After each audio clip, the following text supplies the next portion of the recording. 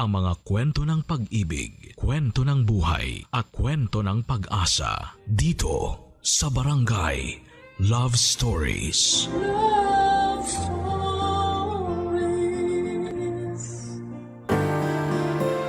Marami tayong pinaniniwalaan na kadalasan ay ginagamit nating dahilan kung bakit may mga hindi umaayong desisyon sa ating buhay.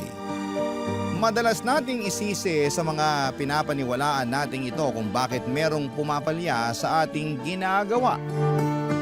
Ikaw, kabarangay, ano ba ang mga pinapaniwalaan mo? Dear Papa Dudut, ako nga pala si Janina, 25 years old, isang babaeng naniniwala sa mga ganap sa universe. Isang babaeng malakas ang kutob na totoo ang astrology, lalo na ang Mercury retrograde na kadalasang kinakatakutan ng lahat ng nakakaalam nito. Bakit nga ba natatakot ang mga tao sa Mercury retrograde? Para sa kalaman ng iba, kapag Mercury retrograde ay maraming bumabagal at maraming nagkakaroon ng problema sa teknolohiya o delay, transportasyon at maging komunikasyon. Dami nga rin daw ang relasyon natin sa mga tao. Kaya ina-advise ng astrologers na kapag sumasapit ang Mercury retrograde ay kailangan nating maging maingat sa mga sasabihin natin at mga gagawing desisyon. Huwag magpadalos-dalos. Pag-isipang mabuti ang lahat kung ayaw nating pumalya ang mga ganap sa buhay natin. Bilang isang batang lumaki sa piling ng mga magulang kong astrologers, sila ang madalas na nagpapaalala sa akin ng mga bagay-bagay na hindi ko dapat ginagawa o pwedeng gawin kapag may mga ganap sa ating kalawakan. Bata pa lamang ako ay namulat na rin po ako sa pagbabasa ng dyaryo, hindi para sa mga balita sa bansa o showbiz, kundi para sa horoscope.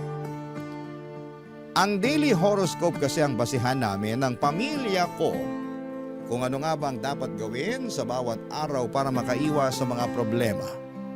Pati nga ang kulay ng isusuot namin ay sinusunod din namin base sa horoscope namin sa araw na yon.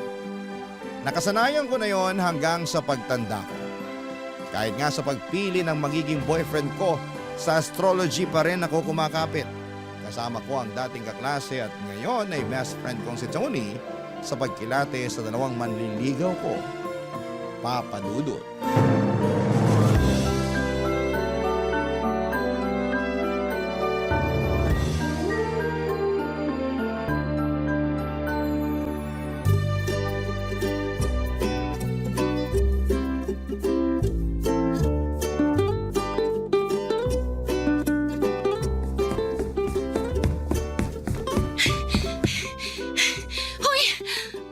Janina? Ano bang emergency yung tinawag mo sa akin? Muntika na ako maiipit sa MRT, mapuntahan lang kita agad. Emergency talaga to. May dalawa akong maliligaw. Girl, ang daming gutom sa manliligaw. Tapos ikaw dala-dalawa na nga, feeling problemado ka pa. I-appreciate mo ang blessings mo bago yan mapunta sa iba. Seryoso nga ako. Umamin na sina Michael at Louie na liligawan daw nila ako. Eh, di sagutin mo pareho para mabusog ka. Mukhang gutom ka pa eh. Kainis naman to eh. Magseryoso ka nga sa advice mo. Nahihirapan kang mamili sa kanilang dalawa. Ganon ba? Oo. Eh paano? Parehong pogi eh, tsaka amoy mayaman. Si Michael palang naaamoy ko sa kanilang dalawa eh. At bakit mo inamoy ang maliligaw kong yun, ha? Lokaret, magkakasama kaya tayo nun sa bar at magkakadikit. Kaamoy niya ang mga syala na mall sa Makati. Relaxing. Mabango rin naman si Louie ah. Oy, inamoy din ang manliligaw niyang yan. Eme! Hindi ko naman sinasadyang mapasubsob sa dibdib niya nung huminto ang bus na sinasakyan namin, no? Nakatayo pa naman kami nun. Wag mo na nga i-justify ang kaharutan mo. So, mukhang si Louie ang mas bet mo pagdating sa amoy. Pero pagdating sa zodiac sign, mukhang taglid ako kay Louie. O bakit? Ano bang zodiac sign niya? Cancer siya. Parang hindi kami compatible eh, sa tingin ko. Oh no, sobrang manipulative na mga yan. Tsaka kuripot habang tumatagal. Lalo na yung mga lalaking cancer, ang lala. Yung ex ko na cancer, grabe. Sa una lang nanlilibre. Nung nakuha na ang loob ko, aba, ang lakas na ng loob magpalibre. Ayaw nang mag-ambag sa mga date. At kapag hulog na hulog ka na sa kanila, Tsaka sila magiging kampante at igagaslight ka pa kapag nakahalata ka na. Malalaring mang-manipulate mga yan. Hindi umaamin ng mali. Ay, kainis. Nabuhay tuloy yung galit ko sa ex kong yun. Pero very sweet naman si Louie, tsaka maalaga, no? Tsaka practical din siya.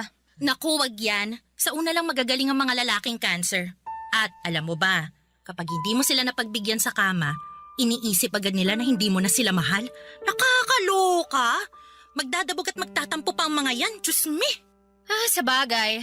Kasi super sensitive ng mga cancer sign, no? Tama. Kaya wag na yan, please. Sakit lang sa ulo mo yan. Tsaka Aries ka, di ba? Hindi kayo compatible kasi nga, fire sign ka, water sign siya. Pupuksain niya lang ang fire within mo. Gusto mo ba yun? May bubuga talaga sa mga cancer, no? Oo, no. Trauma kaya inabot ko sa ex kong yun. Kaya iniiwas na kita sa heartbreak, ngayon pa lang. So, si Michael na lang? Anong zodiac sign ba ni Michael? Leo. Beth, masayang kausap yan. Life of the party ika nga. Kahit madalas, bida-bida na. Tsaka parehas kong fire sign, no? Oo, magkakaintindihan kayo sa pagiging passionate at intense. Tsaka loyal daw ang mga Leo. Oo, basta lagi mong pinibigay sa kanila yung atensyon mo. Ay, madali na yan. Alam mo naman ako kapag may jowa, sa kanya ako nagfo-focus. Buhos kung buhos. Hoy, magtira ka sa sarili mo ha. Huwag ka nang tanga katulad noon. Para namang walang napuntahan yung pangaral ko sa'yo. Hindi porket mahal mo ay uubusin mo ang sarili mo sa kanila. Big no. Oo na. Pero bilang Aries, wala ka nang magagawa ron, no? Kung mahal ko. Ibibigay ko ang lahat ng meron ako. Napagdesisyonan nga namin ni Tony na si Michael na ang sagutin. Hindi ko naman yon pinagsisihan. Masaya po ang naging relasyon namin. Siguro dahil parehas kaming fire signs. Para kaming si Perena ng Encantadia. Laging intense pero very passionate at mapagmahal. Palagi kami nagpo-post sa Facebook ng pictures namin. Madalas kaming nagtatravel at sobrang swak namin sa isa't isa. Kaya nga ang mga kakilala namin ay boto sa amin na magkasama. Sana raw kami na lamang ang magkatuluyan. Yun din ang hiling ko. Kasi sa totoo lang, kay Michael ko lang naramdaman ang ganon ka-intense na pagmamahal. Kaya nga binuhos ko na ng todo ang lahat ng meron ako. Nag-invest talaga ako, Papa Dudut. At syempre naging maingat ako sa relasyon namin dahil ayokong magkasira kaming dalawa. Syempre, hinaluan ko pa rin ng astrology ang relasyon namin. Wala namang masama kung susunod pa rin po ako. At ang isang kaganapan sa universe na iniingatan kong sundin nga ay ang Mercury retrograde. Lagi kong pinapaalala kay Michael na sundin namin ang mga don'ts and do's kapag Mercury retrograde para hindi kami magkaroon ng problema. Lalo't may paniniwala na madalas nagkakaroon ng problema ang mga magkarelasyon tuwing nagaganap ito dahil sa miscommunications at intense na nararamdaman. Marami na akong kakilalang magkakarelasyon na nagkaroon ng problema tuwing sumasapit ang phenomenon na ito, Papa Dudut.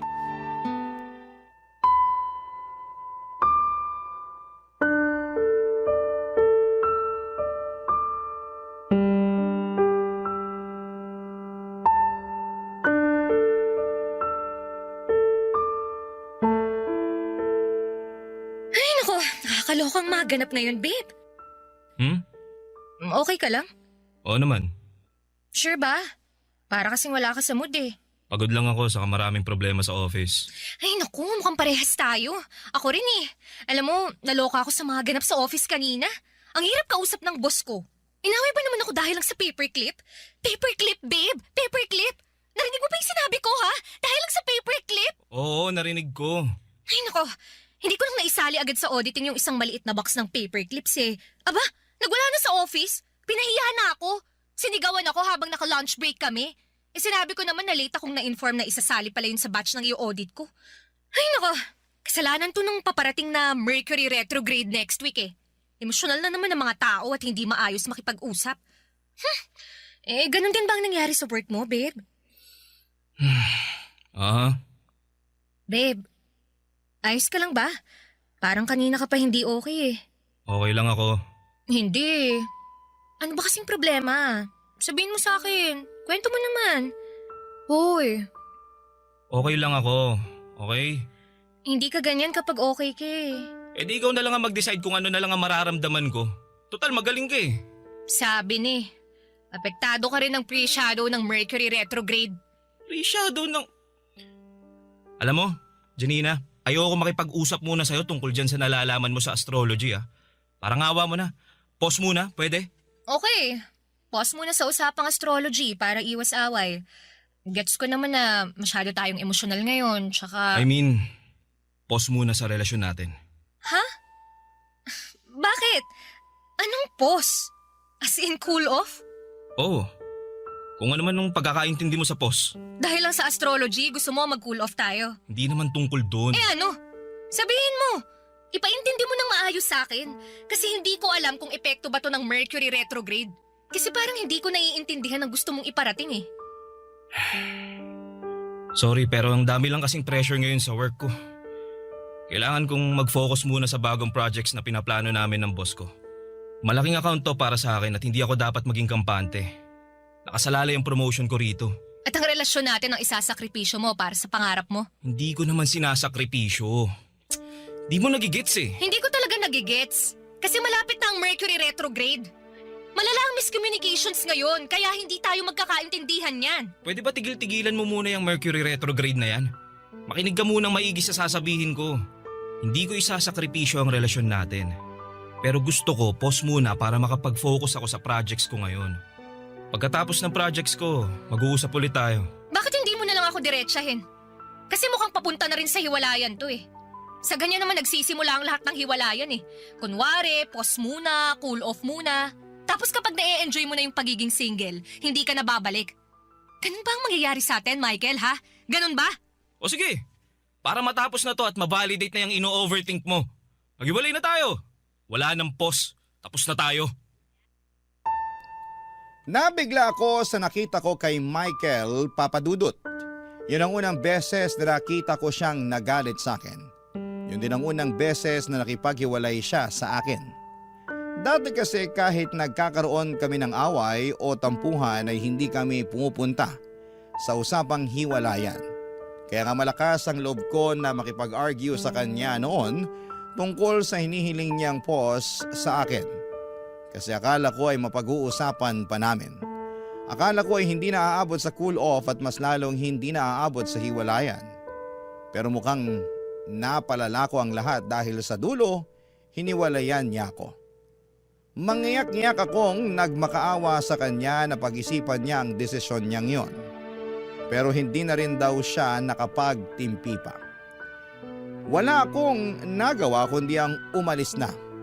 Bilang isang Aries, ma-pride ako at hindi ako basta-bastang magpapakita na talunan ako.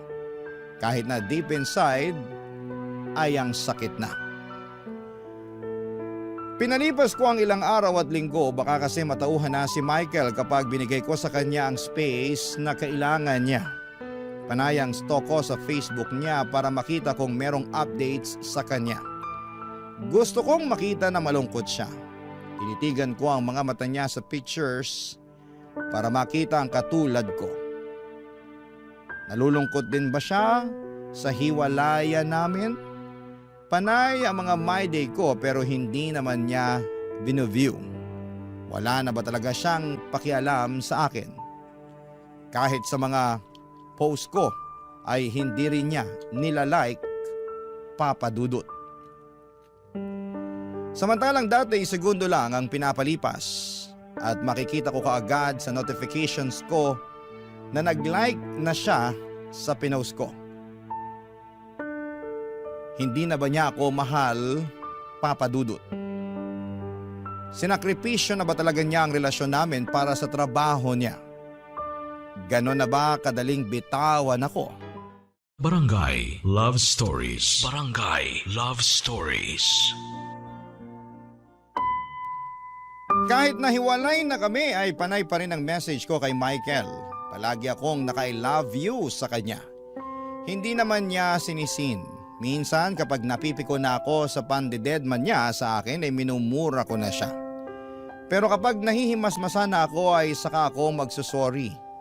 Para na nga akong baliw noon dahil hindi niya pinapansin ang mga mensahe ko. Para na akong baliw noon kasi hindi ko na alam kung kailangan ko pa ba siyang hintayin o hayaan ko na lamang siyang makamove on. Pinayuhan ako ni Tony na maghanap ng bagong hobby para makaiwas sa pag-overthink sa relasyon namin ni Michael. Sinubukan kong umakyat ng bundok kasi yon ang uso kapag broken-hearted ka, hindi ba? Pero nausog lang ako at puro pantal ang balat ko dahil pinapak ako ng mga insekto. Hindi bundok ang paraan para makamove on ako. Kaya naman next na ginawa ko ay ang pagtakbo. Kaso ang bilis kong mapagod. Mabilis din akong magutom kahit na ilang minuto pa lamang akong tumatakbo. Ang ending ay imbes na maging sexy at fit ay tumaba lamang ako dahil kain ako ng kain kada takbo ng 10 minutes. Wala akong maisip na ibang pang-distract sa akin sa pag-overthink. Kailangan ko nang ikompronta si Michael. Kung hindi niya ako kayang kausapin through chat or text, baka sa personal ay wala na siyang kawala. Pinaghandaan ko ang araw na pagpunta ko sa opisina niya. Sinuot ko ang pinakamagandang hapit na bestida ko. Nagpa-hair and makeup din ako para plakado ang itsura ko kapag hinarap ko na siya. Planado na rin lahat ng sasabihin ko. Pero nung makaharap ko na siya ay para akong inurungan ng dila. Hindi ko alam kung saan magsisimula sa mga sasabihin ko. Kasi naman ay naghahalo-halo na lahat ng emosyon ko na nagpagulo sa isipan ko.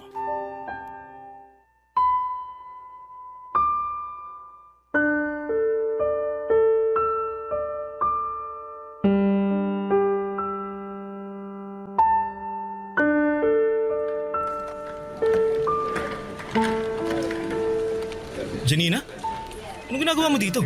Michael, mag-usap tayo. Mag-usap tayo. Huwag naman ngayon. Dami kong kailangan gawin eh. Kailan? Panay ang message ko sa'yo pero hindi ka naman nagre-reply. Para akong tanga na naghihintay na mag-seen ka man lang. Diyos ko naman, Janina. Hindi lang ikaw ang hindi ko nire-replyan. Marami kayo, busy ako. Busy! Samantalang dati naman lagi kang nag-update sa akin. Noon yun kasi meron pang tayo. Pero ngayon, Huwag mo nang ituloy yan. klaro naman na, di ba? Tapos na tayo. Hindi tayo pwedeng matapos. Compatible tayo eh. Leo ka, Aries ako. Perfect match kasi parehas tayong passionate. Loyal, mapagmahal. Janina naman, hindi sa lahat ng pagkakataon gagamitin mo yung astrology. Yun lang kasi ang nakakasagot sa mga tanong sa isipan ko eh. Kasi ikaw ang damot mo. Ang damot mo sa mga sagot. Ayaw mo akong bigyan ng closure. Closure? Naibigay ko na sa'yo yun, di ba? Sinabi ko na ang dahilan kung bakit ako nakipaghiwalay. Hindi naman ako nagkulang sa'yo ng paliwanag. Hindi kita ginost. Nagpaalam ako sa'yo ng maayos. Hindi maayos yun para sa akin. Bigla mo akong iniwan sa ere. Ang ayos pa natin noon. Wala naman tayong mabigat na problema. Saya pa nga natin 2 days before ka nakipaghiwalay, di ba? In-orderan pa nga kita ng bagong damit eh. Kinilig ka pa nga noon kasi sabi mo, love language mo talaga kapag binibilhan ka ng mga damit, di ba? Ako naman yung nagpo-provide ng love language mo ah.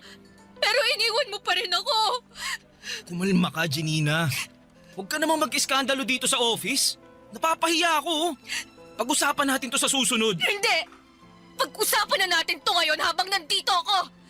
Hindi ko sasayangin ang in-important kong makeup at outfit ko para lang i-reject mo ako ngayon. Sige, sabihin mo na lahat ng saloobin mo. Murahin mo na ako. Saktan mo na ako. Yang hiya naman ako sa itsura mo. Hindi mo kasi maintindihan ang nararamdaman ko eh. Sobrang sakit nitong ginawa mo. Hindi mo ako binigyan ng chance na ipaglaban man lang tong relasyon natin. Ikaw kasi. Sabi ko naman sa'yo nung una, pause muna tayo sa relasyon. Ikaw tong nag-overthink, nahihiwalayan na kita. Kaya yun, na-trigger ako. Tinuluyan ko na. At mukhang tama naman ang desisyon ko. Na-trigger ka lang naman pala. Na bakit ka bumigay? Dahil yun sa Mercury retrograde eh. Mabilis talaga tayong pumitik sa ganitong sitwasyon. Awat na, Janina! Awat na sa Mercury na yan. Nakipaghiwalay ako sa'yo dahil gusto kong umabante sa karir ko. Gets mo ba? Hindi! Nadadala ka lang ng emosyon mo dahil Mercury retrograde ngayon. At apektado tayong fire signs. Napanood ko yun sa isang astrologer sa social media. Janina, tumigil ka na sa kabaliwan mo. Ikaw na lang ang naniniwala sa mga kalokohan dyan sa astrology na yan eh. Ginagawa mo lang tanga ang sarili mo. Umayos ka nga. Kaya mabuti pa, umalis ka na.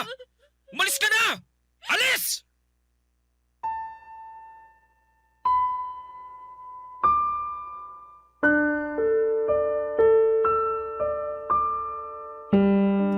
Papadudod, kumapit ako sa isang mesa para hindi ako mahila palabas ni Michael. Pinagtitinginan na kami noon sa opisina niya at aminado kong nahihiya na ako sa mga nangyayari.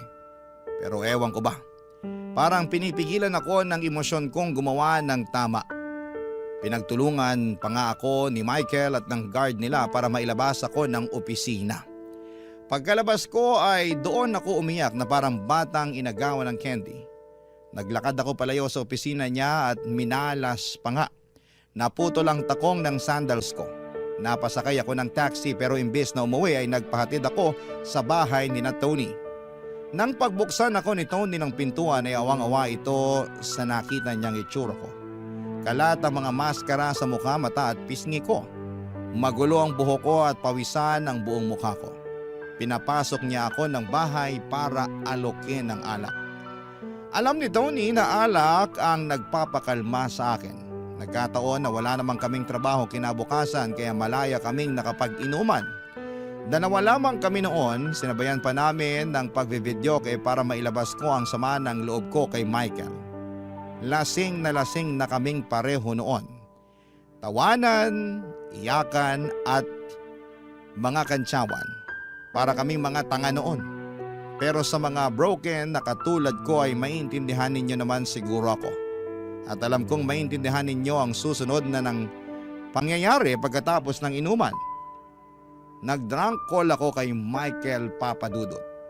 Suportado naman yun ni Tony. Paano ba naman kasi wala na rin siyang magawa dahil parehas na kaming lasing na lasing, Papadudot.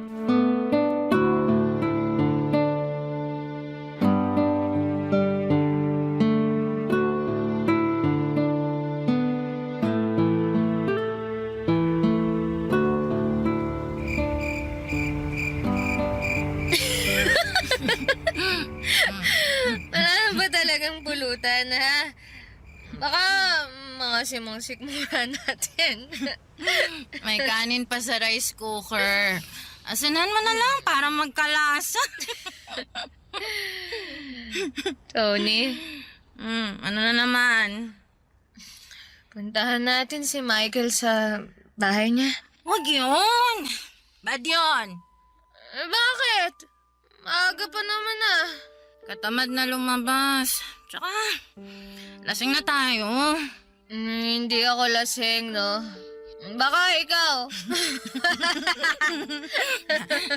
Alam ko na.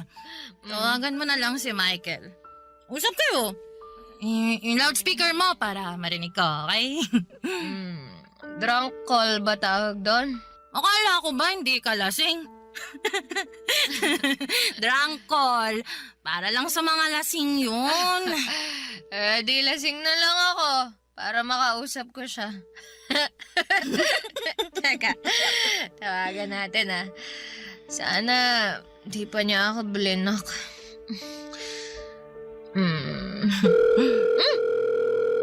Tony!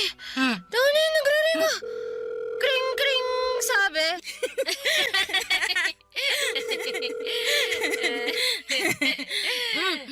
Order tayo ng pizza pagkatapos mong kausapin si Michael, ha?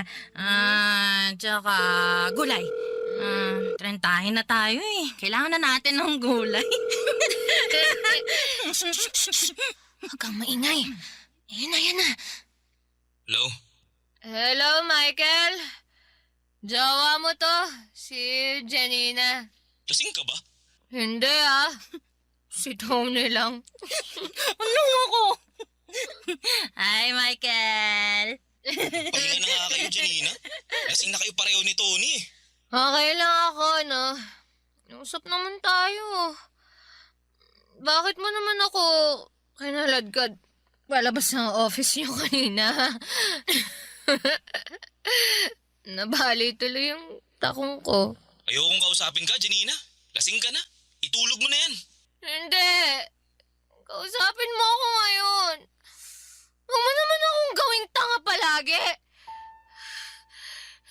Porket mahal na mahal kita, gaganituhin mo na lang ako.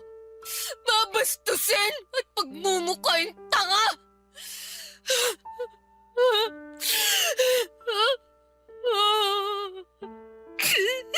Pinili kita kasi akala ko bagay tayo. Akala ko hindi ako masasaktan sa'yo kasi nga compatible yung zodiac signs natin, di ba? Yan ka na naman eh. Nakukurta ng utak kong makinig sa mga pasodya signs mo. Nakukurta na rin ang isip ko kung bakit ganun lang kadali para sa'yo na iwan ako. Ganun na lang ba yun, Michael? Itatapon mo na lang lahat ng pinaghirapan nating buuin noon? Kasi ano? May pangarap ka? May pangarap din naman ako Pero hindi kita nilaglag para makamit ko yon. Sinama kita sa pangarap ko kasi mahal kita. Pero bakit hindi mo yan magawa para sa akin? Magkaiba tayo. Magkaiba tayo? Samantalang dati, nung nanliligaw ka pa lang sa akin, lagi mong sinasabi na magkaparehas tayo. Nasaan na yun ngayon? Nasaan na? Janina, tao lang ako. Nagbabago. Huwag mong iparamdam sa akin na mali ang desisyon kong magbago. Hindi mo hawak ang buhay ko, Janina. Huwag mo kong kontrolin ang pagmamahal mo. Kahit kailan hindi kita kinontrol. Malaya mo ang nagawa lahat ng gusto mo, di ba? Pero parang nasobrahan ka naman sa kalayaan. Kasi ginamit mo yon para pakawalan ako. Paano ako, Michael? Paano ako? Makakahanap ka pa ng iba. Ayoko sa iba. Sa'yo lang ako, di ba? Janina, tapos na itong usapan na to. I'm sorry. Pero sana makamove on ka na. Sige na. Michael! Michael! Michael! Tony! Tony, binaba niya yung tawag. Tony, ayaw na niya sa akin.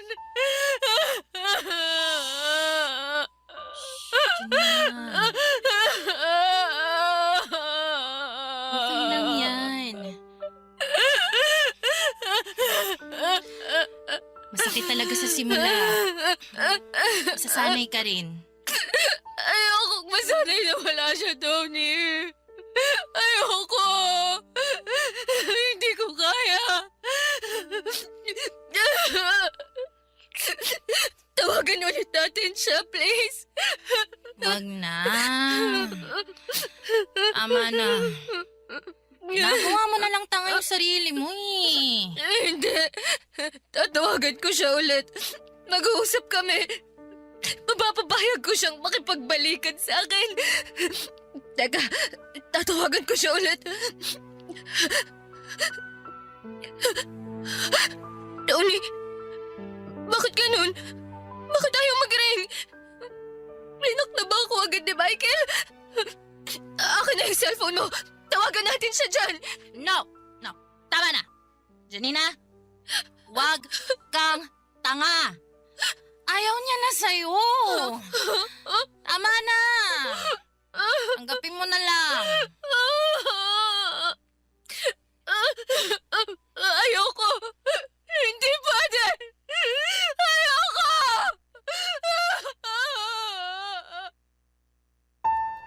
Nahiga na lamang ako sa sahig dahil hindi ko na maigalaw pa ang mga paa ko.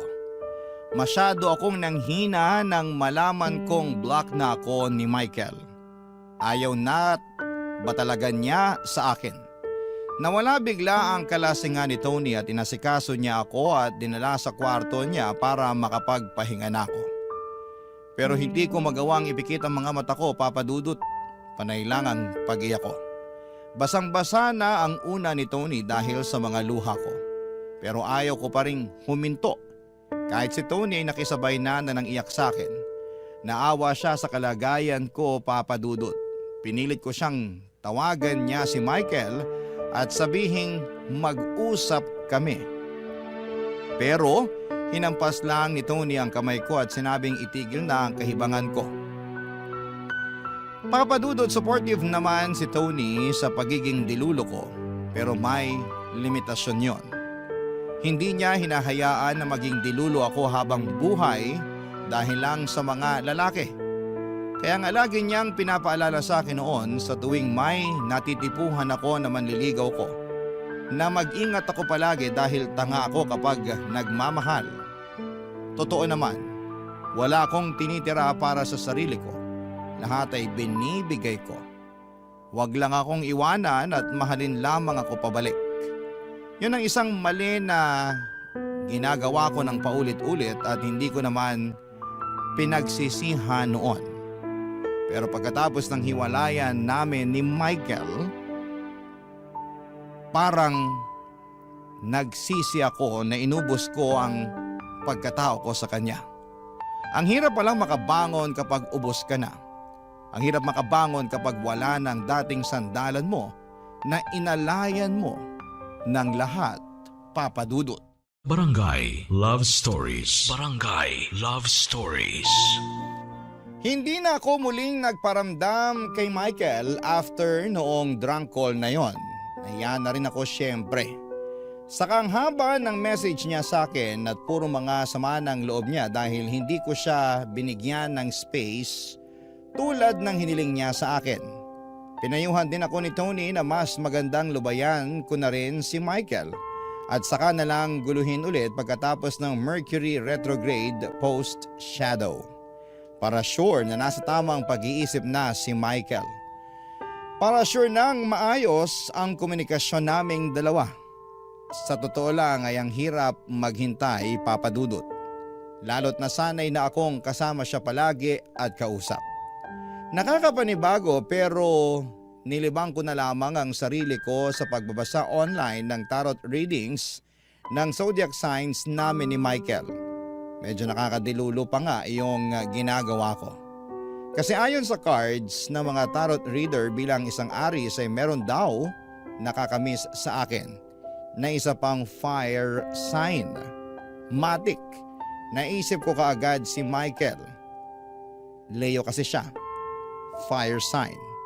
Kailangan lang daw ng time para magkaayos kami.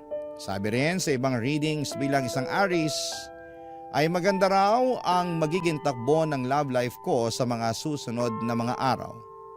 Siyempre natuwa ako roon. Isa lang naman ang nasa isip ko. Ang pagbabalikan namin ni Michael. Dilulo na akong dilulo pero naniwala ako sa mga nabasa ng mga tarot reader. Kaya hindi ako nawala ng pag-asa na after nga ng madugong Mercury retrograde ay magkakabalikan kami ni Michael. Mabilis lang lumipas sa mga araw na sa harapan na ako ng pintuan ng bahay ni Michael. Oras na ng balikan. Tapos na rin ang post-shadow ng Mercury retrograde. Papa Dudut.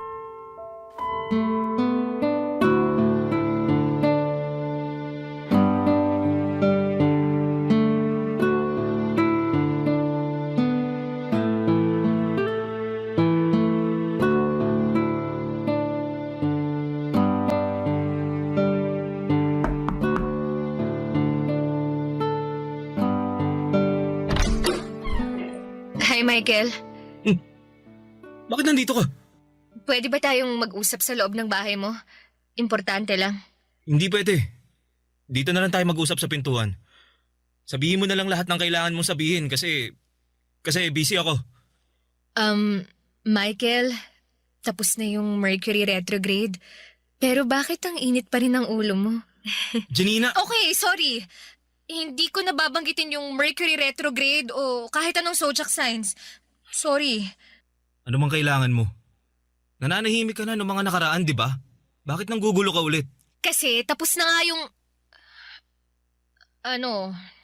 Kasi naisip ko baka tapos na yung galit mo sa akin. Baka naman humupa na. Baka naman pwede na tayong mag-usap ulit ng mahinahon. Wala na tayong pag-uusapan, Janina. Huwag mo nang ipilit ang sarili mo sa akin. Pero kasi sabi kasi ni Tony, bigyan lang kita ng space para makapag-isip-isip. Alam mo sa ating dalawa, ikaw tong may kailangan ng space para makapag-isip-isip. Nakapag-isip naman na ako nung mag-isa ko eh. Alam ko sa puso ko na ikaw talaga yung gusto ko. At willing akong mag-adjust sa mga gusto mo. Huwag lang tayong magkahiwalay. Mag-adjust? Oo, mag-a-adjust ako palagi para sa'yo. Kung kailangan para sa pangarap at trabaho mo, sa likuran lang ako lagi.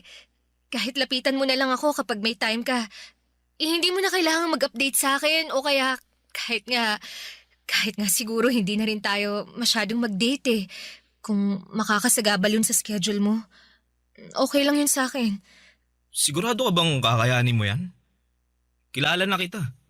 Gusto mo palagi kitang bine-baby. Gusto mo palagi tayo magkasama at magkausap. Gusto mo weekly tayo mag-date kahit walang pera at alanganin ng panahon. Willing akong talikuran ng mga yan. Basta tanggapin mo lang ako ulit. Please? Isa pang chance, Michael. Magbabago na ako. Sigurado ka ba? Oo! Bumalik ka lang. Kahit ano gagawin ko. Totohanin mo lang lahat ng salita mo ha? Kasi hindi ikaw ang priority ko sa buhay ko ngayon. Career ko. Oo! Gets ko yan. Okay lang kahit hindi ako kasali sa priorities mo. Sigurado ka ba dyan? Kasi kung sakaling magkabalikan na tayo, hindi na talaga kita isasali sa priorities ko. Oo naman. Hello? Moderno na tayo ngayon, di ba? Career naman talaga dapat ang una bago ang love life eh. Walang magtatampo kapag hindi nag-update? Kahit isang buwan ka pang hindi makipag-usap sa akin kapag busy ka. Okay lang. Hindi ako mag-overthink. Promise. Kung gano'n naman pala, di sige. Pumapayag na ako. Tayo na ulit. Talaga ba? Totoo ba yan? Oo nga. Thank you ah! I love you! Salamat. Pinalikan mo ako. Oo na, sige na. Tama na drama. Umuwi ka na muna sa inyo. Sa susunod na tayo mag-usap. May gagawin lang ako. Sige na. Sige, ingat ka ah. I love you.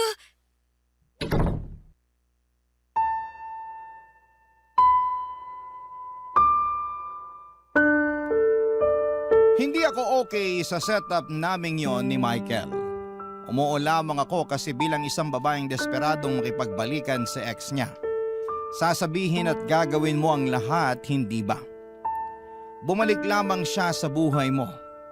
Lahat ay gagawin mo. At tinotoo nga ni Michael ang naging usapan namin. Naramdaman kong hindi na niya ako priority sa buhay niya. Kahit nga isingit man lamang ako sa top 10 ng priorities niya ay wala pa rin. Hindi naman ako makaangal kasi ako naman ang may gusto noon, hindi ba? Kasalanan ko pa rin naman. Sa pagdaan ng mga araw ay doon ko naramdaman ang malaking pagbabago sa dynamics ng relasyon namin ni Michael. Halos hindi na nga ako nito ina-update sa mga ganap niya sa buhay niya. Kahit sabihin man lang sa akin kung nakapasok na ba siya sa work or kung nakauwi na ba siya. Mula nung nagkamalikan kami ay hindi na rin kami nagde-date pa. Halos hindi ko na siya makita dahil busy na siya sa work niya. Ang monthsary namin ay hindi na rin niya naaalala. Samantalang dati naman ay siya pa itong excited na ipalam sa akin ang monthsary namin. Ang bilis ng pagbabago. Hindi ako makahabol, nag-overthink ako. Ganito na ba ang magiging takbo ng relasyon naming dalawa? Nasa laylayan na ba ako palagi ng buhay niya? Paano kapag naging mag-asawa na kami? May chance pa bang maging mag-asawa kami? Para makaiwas sa mga ganitong malulungkot na pag-iisip, madalas kong inaaya si Tony para makahinga naman kahit papaano. Ayokong magkwento sa kanya ng mga hindi magagandang nangyayari sa amin ni Michael. Ayokong dumagdag pa siya sa i-overthink ko. Alam ko naman kasi ang sasabihin niya kapag nalaman niya ang katotohanan. Janina, iwanan mo na siya. Tama na.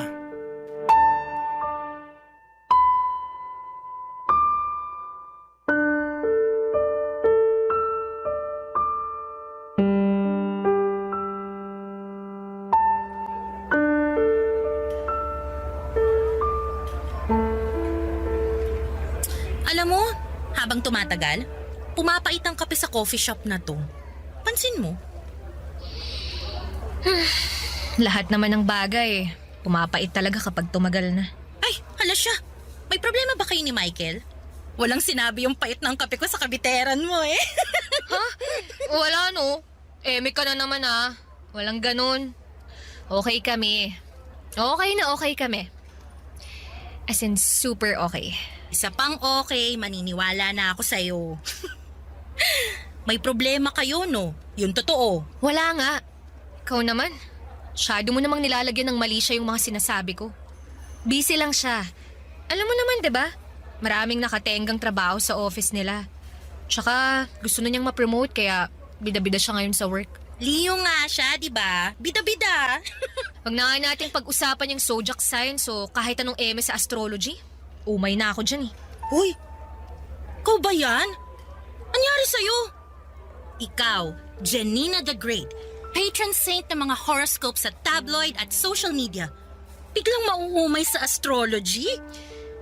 Naisip ko lang kasi, hindi naman set in stone ang kapalaran ng mga tao, di ba? Pati ugali. Hindi natin pwedeng isisi sa zodiac sign ang personalidad ng isang tao. Hindi rin natin pwedeng isisi sa Mercury retrograde o anumang transit sa astrology kung meron mang pumapalya sa emosyon o desisyon natin sa buhay. Tayo ang may hawak ng buhay natin. Wow! I'm so speechless. Nakaka-insulto ah. Talagang may pagpalakpak pa ha. Kasi naman, bata ka pa lang, kapit na kapit ka na sa astrology. Bakit biglang nagbagong lahat? May sasabihin ako ah. Pero wag mo akong i-judge, okay? Si Michael kasi... Excuse me. Hi. Ikaw si Janina, di ba? Girlfriend ni Michael? Siya nga. Sino ka?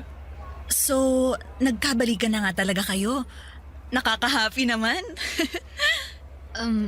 Alam mong nagkahiwalay kami? Oo, nakwento niya na sa akin noon. Ganon kayo ka-close ni Michael? Ano bang pangalan mo? Oo nga pala. Ako si Casey. Ako naman si Tony, BFF ni Janina. Hello. Siguro, oras na rin para umamin. Ayoko ng karma eh. Total, it's all in the past naman na. Pwede bang maging honest ako sa inyo? Bakit parang kinakabahan ako sa sasabihin mo? Sabi ko naman, di ba? It's all in the past na. Isa pa, okay naman na kayo ni Michael. Nagkamabutihan kasi kami ng ilang buwan ni Michael. Kasi nagkasama kami sa isang project namin sa office. Doon kami naging close at ayun, nagkaroon ng harutan. Nung una, hindi ko naman sineryoso yung harutan na yun. Pangpalipas oras at pangtanggal stress lang yun for me. Kaya lang, itong si Michael... Anong si Michael? Ang bilis ma-fall. Kaya ayun, inifortan ako. Di na-fall din ako. Pero hindi naman masyado. Kasi natatakot pa rin ako makipagrelasyon sa kanya. Ayoko namang maging kabit, no? Alam kong kayo pa nun. Kaya sabi niya, hihiwalayan ka na niya para lang malinis kaming makapagsimula. Umayag ako. Nabalitaan ko na lang na nakipaghiwalay na nga siya sa'yo. Kaya lang days after that, nakonsensya naman ako. Ang hirap pala pag nakokonsensya. Lalo na kung nakakasakit ako ng kapwa ko babae. Kaya tinapos ko na rin yung relasyon namin. Iwas karma na rin. Saka feeling ko, hindi rin naman kami magtatagal. Baka nga kayo talaga para sa isa't isa. Baka ginawa lang akong instrument ng universe para mapagtibay ang relasyon yung dalawa. Uy, teka lang ha. Tumatawag yung boss ko. Sagutin ko lang. Tsikahan tayo later ha. Hello, sir? Janina, ano yun? Ibig sabihin... Wag mo nang ituloy, Tony. Alam ko na kung anong nangyari. Alam ko na ang tunay na dahilan kung bakit binalikan ako ni Michael.